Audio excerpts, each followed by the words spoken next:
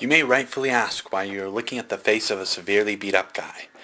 That is an excellent question, but first let me explain why I made this project.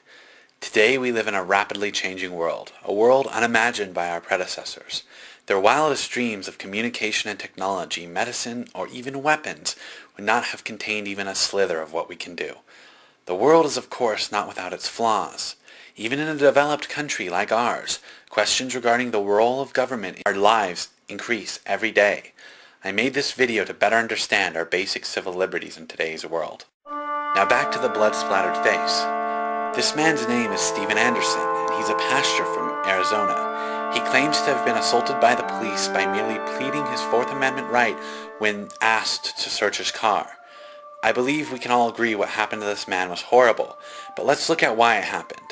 Police wanted to search his car at a border checkpoint about 100 miles north of the Mexican border for seemingly no reason. His Fourth Amendment rights prohibits this, but in our everyday life we have to suspend our Fourth Amendment rights. If you've ever been to an airport, you have been searched for no reason at all, for the greater safety. We all accept this, and it is for good reason. It is far too risky to have a gun or a knife on a plane. Most of us agree, and henceforth we toss away our Fourth Amendment rights.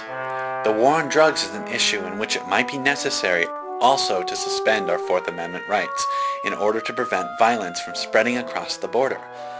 Most people disagree with this, and it is not my place to decide. My point is, no matter what you think of Pastor Steven Anderson, you have to realize this issue is not as simple as it sounds. Our civil liberties cannot always take precedence in our modern world.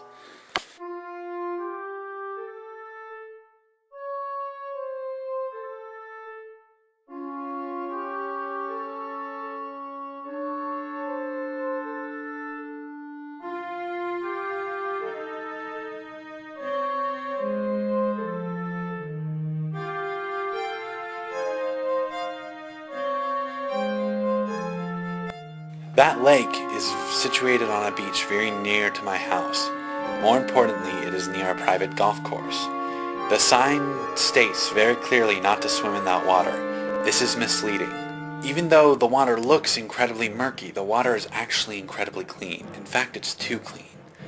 The golf course uses a pesticide called chlorothalonil. This pesticide is not dangerous to humans if you ingest it, making it suitable for golf courses, but however, there is always a catch to these things. It is extremely toxic to all life that lives exclusively in the water. Mainly fish are affected by this, but it not only kills most of their food, but it also kills fish very quickly. The water has nothing living in it. Now, here's where civil liberties stands on this issue. The pesticides provide well-growing grass and a nice environment for golfers. It does not affect any of the life that might be on the golf course, but it runs into the ocean, where it kills basically everything. We allow a private golf course to do this. We give them freedom. Is the discontent of the golfers in the private golf course worth saving the environment? Many scientists have said freedom and democracy prohibit the steps necessary to fight global climate change. A better statement would be to ask the question, is our freedom to destroy the environment worth destroying the environment? Freedoms are being taken and given at every turn.